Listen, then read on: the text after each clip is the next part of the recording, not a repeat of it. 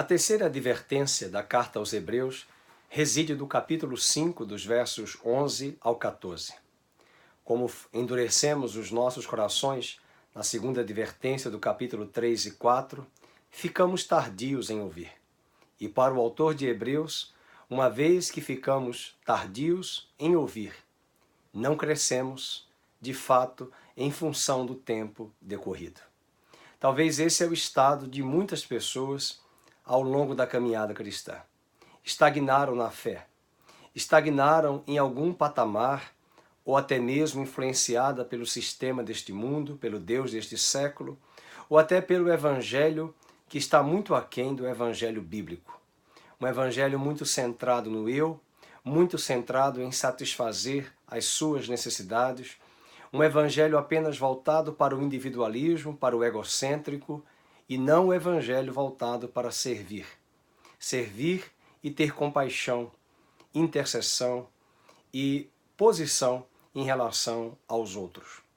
O verdadeiro evangelho nos chama a nossa atenção para o desafio de servirmos. O Filho do Homem, disse Jesus, não veio para ser servido, veio para servir.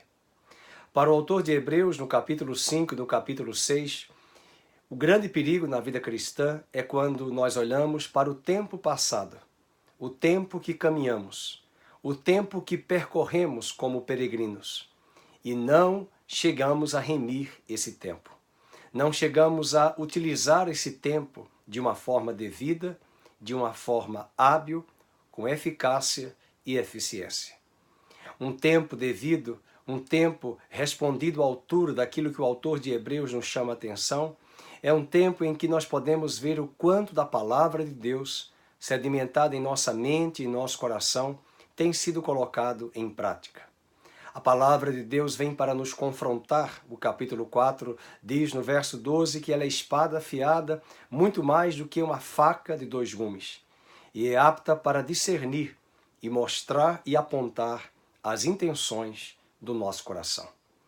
Quando a palavra do Evangelho é pregada e nos leva à cruz, essa palavra produzirá em nós renúncia, morte, abnegação, crucificação do nosso eu, a fim de que possamos dizer como Paulo disse na carta aos Gálatas, não vivo mais eu, mas Cristo vive em mim. O grande perigo do nosso coração nesse mundo contemporâneo é em função de tantos anos se passarem, como agora mesmo estamos vivendo nos últimos dias do ano 2017, aptos para entrarmos em 2018. Mas o quanto nesse ano crescemos, amadurecemos, nos colocamos à disposição de Deus, dos nossos líderes, da nossa igreja local e até mesmo das pessoas que nos cercam para servir a Deus, porque nós servimos a Deus quando nós servimos aos homens. A palavra de Deus em Hebreus capítulo 5 nos chama para esse desafio. É tempo de crescimento. O profeta Oséias chegou a afirmar, conheçamos e prossigamos em conhecer ao Senhor.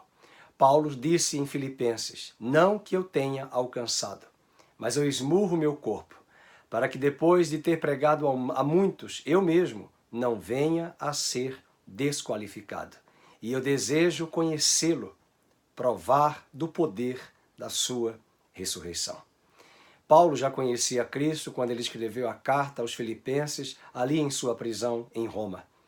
Mas ao afirmar que ele desejava conhecê-lo no poder da sua ressurreição, Paulo almejava mais no seu homem interior, um desejo de ter a imagem de Cristo formada em sua vida.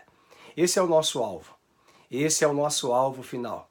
Esse é o alvo de um verdadeiro cristão, até que a imagem de Cristo seja formada em nós. Pois para isso, Deus nos predestinou, para sermos conforme a imagem do seu Filho primogênito. Não sejamos tardios em ouvir. Não venhamos a endurecer o nosso coração. E como crianças, se nós somos neófitos, recém-nascidos, o autor da carta, o apóstolo Pedro, na sua primeira carta, diz que nós devemos desejar, como crianças recém-nascidas, o genuíno leite espiritual para o nosso crescimento. Mas se você não é um neófito, se você não é um novo convertido na fé cristã, o autor de Hebreus diz que nós devemos deixar o alimento líquido e buscarmos o alimento sólido. Alimento esse suficiente e fundamental para o desenvolvimento das nossas faculdades mentais e do nosso discernimento, maturidade espiritual, conhecimento daquilo que Paulo diz aos Colossenses, dos tesouros inesgotáveis de Cristo Jesus. Os tesouros que estão disponíveis em nossas mãos, disponíveis nas Sagradas Escrituras, disponíveis pelo poder da oração, na dependência de Deus, pelo Espírito Santo que habita em nós. E eu quero encerrar estas palavras desafiando o seu coração para o próximo ano 2018 que está por vir. Que seja um tempo de crescimento. Não apenas um tempo de leitura da palavra com mais afinco, não apenas um tempo de conhecer mais os textos sagrados, mas mais do que uma ortodoxia, uma boa ortopraxia, uma boa prática, servindo a Deus na igreja local, servindo a Deus com os dons e talentos, colocando-se à disposição de seus líderes, aonde quer que você esteja, seja no seu trabalho, seja na igreja local, seja no seu bairro, na sua sociedade, na escola, na universidade, não importa. Seja 2018 um tempo e um desafio para a sua vida, de crescimento, de maturidade, para que possamos dizer juntos, eu e você, nos próximos anos que estão por vir, que em função dos anos decorridos, foi possível experimentar mais maturidade, mais discernimento, mais percepção das coisas espirituais. E quantos mais próximos de Deus, mais humildes, mais dependentes da sua maravilhosa graça. Que Deus abençoe e não guarde, não esqueça esta palavra tão incisiva, um dos pressupostos do autor de Hebreus. Não venhamos a deixar de crescer em função do tempo e dos anos até aqui, vivenciados, percorridos e caminhados debaixo da graça. Deus abençoe a sua vida.